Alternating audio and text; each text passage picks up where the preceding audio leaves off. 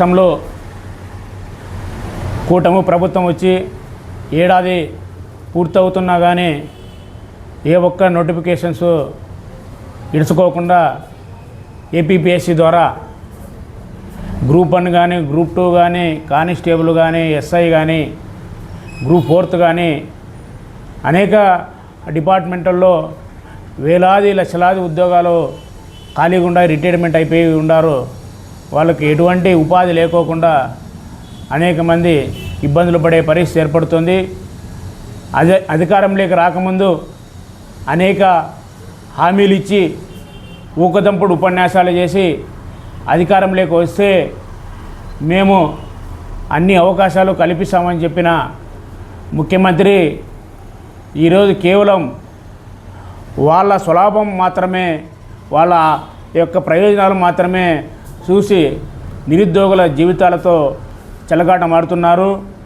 18 సంవత్సరాల నుంచి 50 సంవత్సరాల లోపు ఉపాధి లేకోకుండా ఖాళీగా ఉండే యువత ఈ రాష్ట్రంలో 1,56,00,000 మంది ఉన్నారు.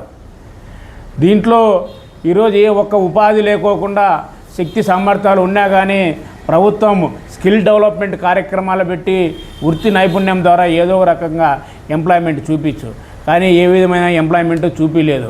మాత్రం ఉద్యోగాలు లేక ఉపాధి లేక చాలామంది ఇబ్బందులు పడే పరిస్థితి ఉంది. శక్తి ఉన్నా కానీ పనిచేయడానికి శక్తి సామర్థ్యాలు ఉన్నా కానీ వాళ్ళు ఉపాధి కల్పించే పరిస్థితులు ప్రభుత్వాలు లేవు. ప్రతి సంవత్సరం కానీ డిగ్రీ, ఇంజనీరింగ్, MBA, MCA అనేక రకాల కోర్సులు అయిపోయి దాదాపు 2 నుంచి 3 లక్షల మంది కోర్సులు అయిపోయి బయటికి వస్తున్నారు, కానీ వాళ్ళకు ఉపాధి లేదు. ఆ తర్వాత ప్రభుత్వము వాళ్ళ డిగ్రీ అయిపోయిన వాళ్ళకి, ఇంజనీరింగ్ అయిపోయిన వాళ్ళకి ప్రతి ఒక్కరికి నిరుద్యోగ భృతి ఇస్తామని చెప్పింది. నిరుద్యోగ భృతి ఇంతవరకు ఇవ్వటం లేదు. అనేక అప్పులు దాదాపు ఒక్కొక్కరికి 3,000 నుంచి 5,000 రూపాయలు నిరుద్యోగ భృతి ఇస్తామని చెప్పడం జరిగింది. నిరుద్యోగ భృతి ఇవ్వలేదు, ఉద్యోగాలు కల్పించలేదు, వాళ్ళ స్వయం అంటే స్కిల్ డెవలప్మెంట్లో కానీ శిక్షణ ఇవ్వటం లేదు. వాళ్ళు ఏ విధంగా అనేక రాష్ట్రాలకు వెళ్ళి ఈరోజు PhDలు అయిపోయిన వాళ్ళు, MPలు అయిపోయిన వాళ్ళు, PGలు అయిపోయిన వాళ్ళు ఇతర రాష్ట్రాలకు వలసలు వెళ్ళి ఈరోజు అన్నమో రామచంద్రాన్ని కడుపు చేత పట్టుకొని 10,000కు 15,000 రూపాయలకు ఉద్యోగాలు చేసి ఇతర రాష్ట్రాల్లో చిన్న చిన్న పనులు హోటళ్ళలో పనిచేసే పరిస్థితి ఏర్పడుతుంది. ఈరోజు గొప్పలు చెప్పుకుంటే కూటమి ప్రభుత్వం మీరు ఏ ఒక్క ఇచ్చిన 6 హామీలలో ఏ ఒక్క హామీని కానీ నెరవేర్చుకోకుండా ఈరోజు కేవలం దాటబేటు ధోరణి చేయడం జరుగుతుంది.